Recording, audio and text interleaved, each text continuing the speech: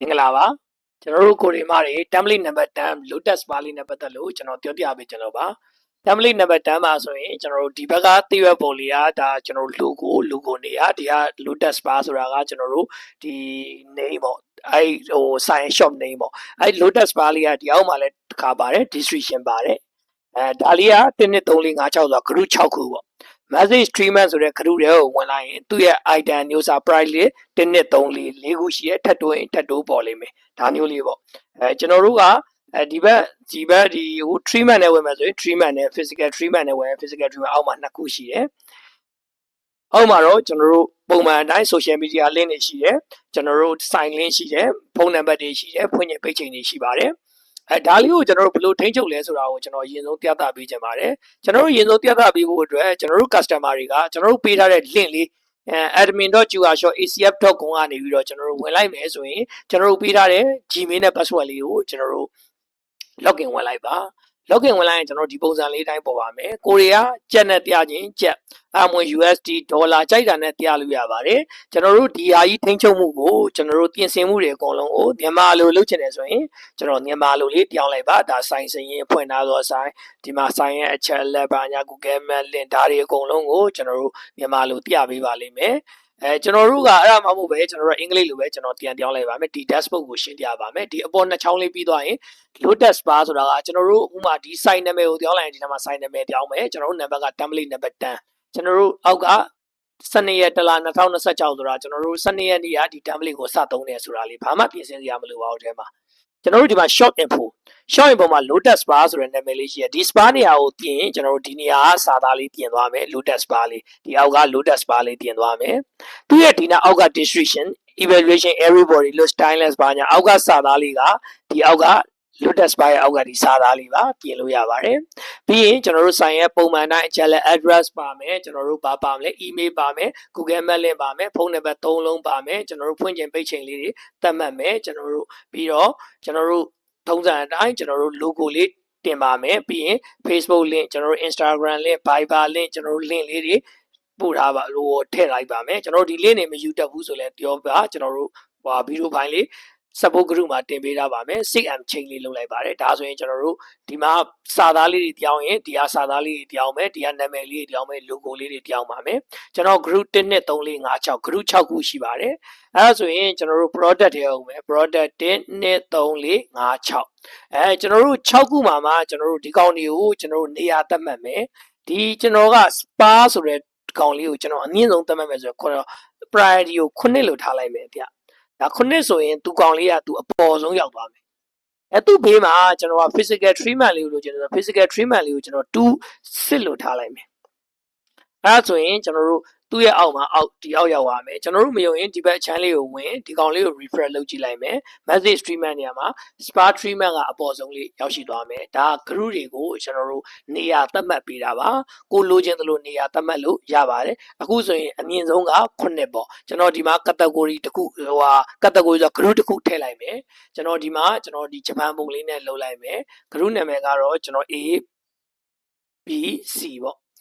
ကျွန်တော် priority အမြင့်ဆုံးအနေနဲ့ကျွန်တော်ဘာလုပ်လိုက်မလဲဆိုတော့ကျွန်တော်8လို့သတ်မှတ်လိုက်မယ်အဲဆိုတေးကြတဲ့သူအပေါ်ဆုံးမှာပေါ်မယ် ABC သူ့အောက်မှာကျွန်တော် item မရှိဘူးကျွန်တော် item သတ်မှတ်လိုက်မယ်ကျွန်တော် A ကို1000ပေါ့ A ကို1000ဆိုပြီးသတ်မှတ်လိုက်မယ်ကျွန်တော်ဒီကောင်လေးကို save လုပ်လိုက်ပြီအဲဆို ABC အောက်မှာ A 1000ရှိပါတယ်အဲဒါဆိုရင်ကျွန်တော်ဒီဘက်မှာကျွန်တော် refresh လေးလုပ်ကြည့်လိုက်မယ် ABC ကအရင်ဆုံးပေါ်မယ်ပြီးရင်ဒီအောက်မှာ A 1000ဆိုတာလေး1000ဆိုတာလေးပေါ်နေပါမယ်ဒီလိုလေးပါပဲအဲ့ဒါဆိုရင်ကျွန်တော်တို့ group အသစ်ထည့်တာ item တွေထည့်တာလွယ်ကူသွားပါဒီ item နာမည်လေးတွေပုံလေးတွေလိုက်ပြောင်းလိုက်ရင်လည်းလွယ်ကူသွားပါမယ်ကျွန်တော်တို့ကဒီမှာဒီဟာလေးကို delete ပြန်လုပ်ချင်လေ delete လုပ်လို့ရပါတယ် ABC လေးကိုကျွန်တော် delete လုပ်မယ်ဆိုတော့ delete လုပ်လို့ရပါတယ်တကယ်လို့ဒီကောင်ကိုကျွန်တော် delete သွားလုပ်မယ်မှားပြီးဖြတ်เสียအကြောင်းမဖြစ်ပါဘူးဒီမှာဒီ delete ဆိုတဲ့ဒီနောက်က6934ကိုဒီစာသားလေးကို copy ကူပြီး delete နှိပ်မှသာလည်းပြတ်ပါမယ်ကိုယ့်ရဲ့ဝန်ထမ်းတယောက်ကလုပ်တဲ့အချိန်မှာမှားပြီးနှိပ်ပြီးပြတ်သွားเสียအကြောင်းမရှိအောင်ကျွန်တော်တို့ဖန်တီးပေးထားခြင်း ဖြစ်ပါတယ်ဒါကတော့ product ကိုလောက်တာပါဒီဟာနဲ့ပတ်သက်လို့ကျွန်တော်ကဒီမှာစာနယ်လဲရှင်းပြ product catalog မှာ catalog ရဲ့ပုံရထည့်ပါပေါ်နေတဲ့ပုံဒီ catalog ရဲ့ပုံဖြစ်ပါတယ် item ဒီပုံမပေါ်ဘူးဒီမှာဆိုရင်ကျွန်တော်တို့ဝင်ကြည့်လိုက်မယ်ဆိုရင်ကျွန်တော်တို့ item ဒီဟာလေးကိုကျွန်တော် refresh လုပ်လိုက်ခုနအကောင်မရှိတော့ဘူး spa ဆိုတဲ့ဝင်လိုက်မယ် item လေးတွေကဒီမှာ body message physical ဒီကောင်လေးတွေကပုံမပေါ်ဘူးကျွန်တော်အားကြောင့်ကျွန်တော်ဒီစာသားမှာလဲကျွန်တော် item ဒီပုံမပေါ်ပါစာသားနဲ့ဈေးနှုန်းသားထည့်ပါရှေ့ဆုံးမှာပေါ်ခြင်း priority အမြင့်ဆုံးကိုထားပါပြီးနံပါတ်3 customize ဖြစ်သွင်းရမလို့ပါ short clarity တွေအဲ့လိုအတိုင်းပဲကျွန်တော်ဒီဘက်မှာဆိုလဲကျွန်တော်တို့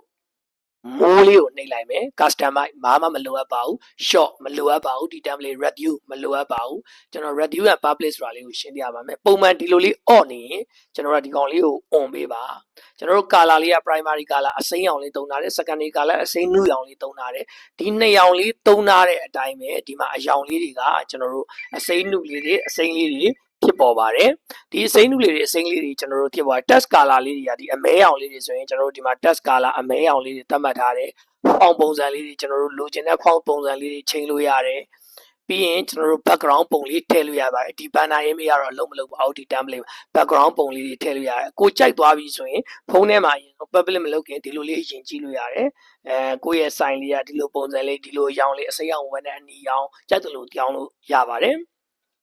ကိုချိုင်းနဲ့တက်သွားပြီဆိုကျွန်တော် public ကိုနှိပ်လိုက်မယ် public ကိုနှိပ်ရင်ကျွန်တော် QR code နဲ့ပုံလေးပေါ်လာပါတယ်ကိုဆိုင်ရဲ့ signature ရောအစိမ်းအောင်ဆိုရင် QR code လေးကိုကျွန်တော်အစိမ်းအောင်ပေးမယ် QR code ကကျွန်တော်ပုံ၄ခုရှိပါတယ်ကြိုက်တာပြောင်းလဲကျွန်တော်ဒီပုံလေးကိုထားပြီးတော့ကျွန်တော် download QR ဆိုတာကိုနှိပ်လိုက်ရင်ကျွန်တော်တို့ပုံရဲ့ gallery ရဲ့ကိုရောက်သွားမယ်ဒီ QR လေးပေါ့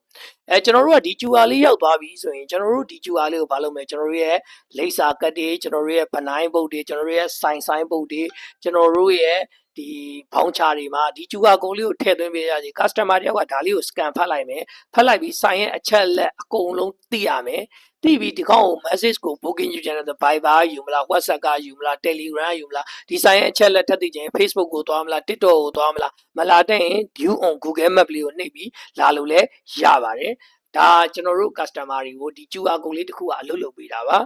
နောက်ပြီးတော့ customer တယောက်က messenger လာပြီးတဲ့ဆိုင်မှာဈေးနှုန်းတွေဘယ်လောက်ရှိလဲအချိန်တွေဘယ်လိုရှိလဲဘယ်လိုလားလဲမေးတယ်ဆိုရင်ဒီ QR code လေးပို့လိုက်လေရတယ် QR code လေးကို customer scan မှာဖတ်တယ်ရင်တော့ဒီ link လေးပို့လိုက်ပါမယ် lotus bar ပါတဲ့ link လေးကိုပို့လိုက်မယ်ဒီ link လေးကို copy ကူးပြီး notepad ထဲမှာထားရမယ် customer လာပြီးတော့ copy ကူးပြီးကျွန်တော် notepad ကနေတစ်ဆင့်ပို့လိုက်မယ်ဆိုရင် customer ကဒီ notepad တွေကပို့လိုက်တဲ့ link လေးကိုနှိပ်ပြီးတော့ messenger နှိပ်ပြီးကျွန်တော်တို့ဆိုင်ရဲ့လှပတဲ့ဒီ wall တွေကိုရောက်လာပြီးတခြားအချက်လက်တွေလုပ်လို့ရတဲ့ function တွေကျွန်တော်တို့အကုန်လုံးသိပြီးဖုန်းဆက်မလား Google Map နဲ့လာမလား Facebook ကိုသွားမလားအကုန်လုံးအဆင်ပြေလုပ်လို့ရတဲ့အတွက်မိမိရဲ့ customer လည်းတိုးလာနိုင်ပါတယ်ဒီအချက်လက်လေးကိုရှင်းပြပေးခြင်းဖြစ်ပါတယ်အားလုံးနေကောင်းကျန်းမာချမ်းသာကြပါစေစီးပွားလက်လာပါများလည်းတိုးတက်ပါစေနားမလည်တာရှိခဲ့ရင်လည်းကျွန်တော်တို့ Telegram Viber support တင်းနေတဲ့ကိုကျွန်တော်တို့ထည့်ပေးရပါတယ်အဲ့ဒီကနေလည်းအချက်လက်ကိုမေးလို့ရပါတယ် customer နဲ့အားလုံးနေကောင်းကျန်းမာချမ်းသာကြပါစေ